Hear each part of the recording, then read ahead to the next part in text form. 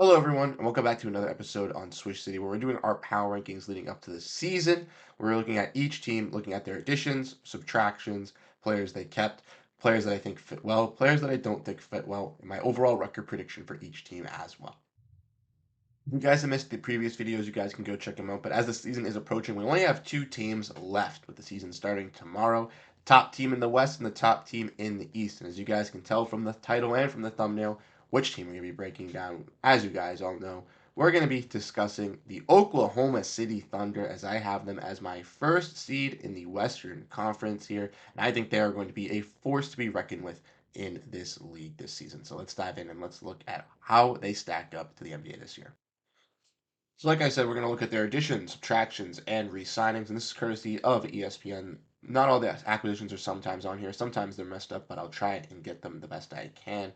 With re-signings, the Thunder went out and brought back two key bench players that are a little bit younger that many fans might not know about, but to Thunder fans, they are key for the Thunder's success. And that is 3-and-D wing Isaiah Joe and other wing and Aaron Wiggins. They also brought in Alex Caruso and Isaiah Hartenstein, and acquiring Isaiah Hartenstein from the Knicks in free agency using a lot of their money, and also picking up Alex Caruso in a trade in which they sent out Josh Giddey. They also lost two players, Lindy Waters as he was traded to the Warriors on draft day, and also Gordon Hayward as he retired from the NBA and he was a late season addition who was supposed to help the Thunder in their wing department going into the playoffs. If we want to look at the Thunder's roster heading into the season, courtesy of Spot Track, we can see obviously that the top is followed out with their better players.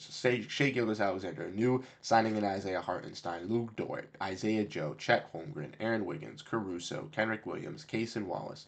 We also have young players as well, and Ousmane Dieng, new rookie, and Nikola Topic, supposed to be out for the year. Young superstar Jalen Williams, who's also risen through the ranks as well. I'm really excited to see what this Thunder team can bring. Like I said, I think Shea is going to be one of the top guards in the league this year, and they went out and addressed some needed concerns that the Thunder were definitely having with last season's team. And they went out and addressed them in the best way possible and still have young enough talent to only continue to grow and only continue to get better. So ultimately, I think the Thunder are going to be a force to be reckoned with and a team that a lot of people should be fearful in the NBA. So let's dive in and let's look at players that I like with this squad, players that I don't necessarily think fit well. So the first player I want to discuss and break down is their newly acquired acquisition in Alex Caruso and how I think he's going to help out this team in a lot of ways. So with this Thunder team, they basically made additions to their defensive side of the ball, which they definitely needed as they had some liabilities on that side in the center position and in the wing position. And with adding Alex Caruso, a player that can play multiple positions for this team, it allows them to kind of go with their positionless basketball and be able to run multiple lineups similar to the Thunder or similar to the Timberwolves, like I was talking about in the last video. Basically, plugging and playing Alex Caruso for Josh Giddey just does wonders. And if you look at this team last year and you look at that addition just being added to this team might be able to dethrone the Dallas Mavericks and maybe even make an NBA Finals run if they have Alex Caruso added to this squad. His pressure on the defensive side has been needed and wanted on a championship caliber team. And in Chicago, I feel like he's been kind of forgotten about. People maybe haven't realized how great he is and how much of an needed acquisition he is going to be for the squad. But I ultimately think that a player in Alex Caruso is going to do wonders to this team. Like I said, he can play the guard position. So if you want to run him alongside Shea Gilgeous-Alexander, you can. If you want to run him at the three position, you can. If you want to run bigger with Jalen Williams and Lou Dort, you can obviously do that. If you want to run smaller, you can also do that. There's a lot of options with Alex Caruso being added to this lineup, and I think he kind of plugs and plays with this team, kind of helping and playing off ball as well, being able to set up these other stars. He's not going to demand the ball in his hands. He doesn't need the ball in his hands to succeed. He's going to be a scrappy defender to help out the Thunder on that end of the ball, but also be clutch to make some big time buckets on the offensive side. And the next player I want to talk about is one that they brought back in Isaiah Joe. And man, oh man, you can see Caruso in the back. And I just realized that. But Isaiah Joe is another key player for this Thunder team that a lot of people don't know about. And like I said, he's one of the better 3-and-D wing players. And my friend Bryson over on Thunder Digest over there, go check him out.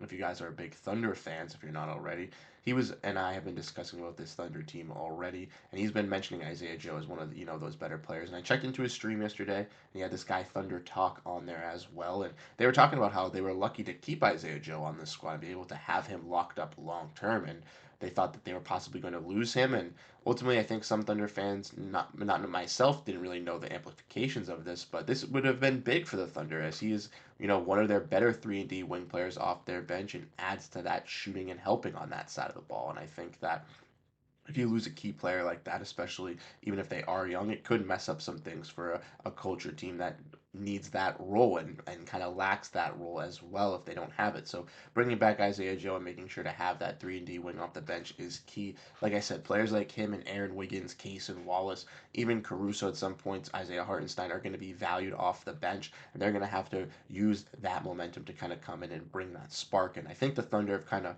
done something similar to the Celtics last year, where they're trying to find all these roles that are kind of fillable and kind of maximizing this team to its best potential by bringing in guys that can do certain things to help out their star players. And I think they've done that with that, keeping Isaiah Joe, keeping Aaron Wiggins, and also bringing in guys like Caruso and bringing in players like Hartenstein.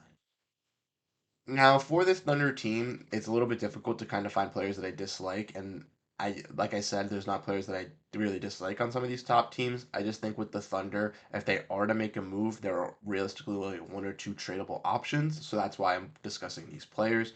And the player that we're going to be breaking down is Usman Dieng. So Usman Dieng is a little bit younger for this Thunder team and has a little bit of lack of experience with this squad. And he's gotten some time and has been able to play with this Thunder team to kind of develop, but hasn't really formally found his shell. And for this Thunder team, they're going to need impact players if they're going to want to make this deep playoff run. And if some of those players do become available around the trade deadline, well, we all know the Thunder have numerous amount of picks, but they also have numerous amount of young talent. So maybe moving off of a guy in Usman Dieng with a pick or two could be able to get a low tier role player to kind of come in and fill a role if you're missing it, or if an injury comes down to a key player and you need to replace that role, you can find that with an experienced veteran. Maybe trading a player in Usman Dieng could help that out. Like I said, another player as well, maybe even Kenrick Williams, as he's a little bit on the older side, and he could help out a lot of teams as well as being a defensive piece. And maybe you find another role that you are lacking with the Thunder if Williams' role is kind of already taken.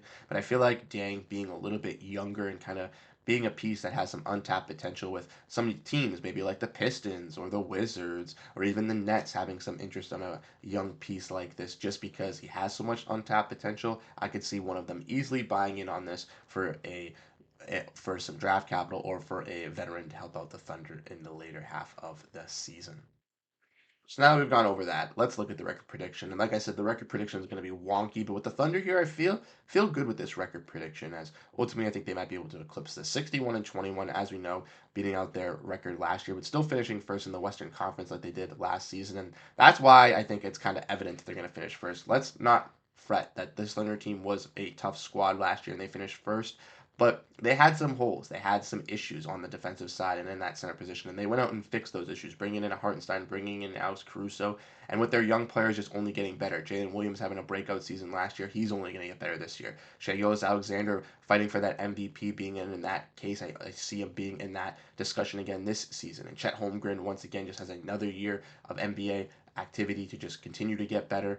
Other players on their bench, like I mentioned, like Isaiah Joe, Aaron Wiggins, Case and Wallace, continue to develop and get better. All these acquisitions being added to the defensive side with their young pieces getting better makes me think that they're going to have more wins on the year, getting 61 and still being winning that Western Conference. They were the top team last year, and they only, like I said, got made additions. So by doing that, I still think they sit at the number one seed. But let me know what you guys think down below in the comment section. How do you guys feel about this ranking of the Oklahoma City Thunder? Do you think they're too high, too low? What did you think of my analyzations? Drop them down in the comment section. Like I said, you guys have been absolutely fantastic on the revitalization of this channel, and it's been super, super helpful. So thank you guys so much for tuning in. And as you all know, with the season starting up just tomorrow, we'll have the last power ranking coming out on the final team. If you've been paying attention and staying up to date, you would know who it is.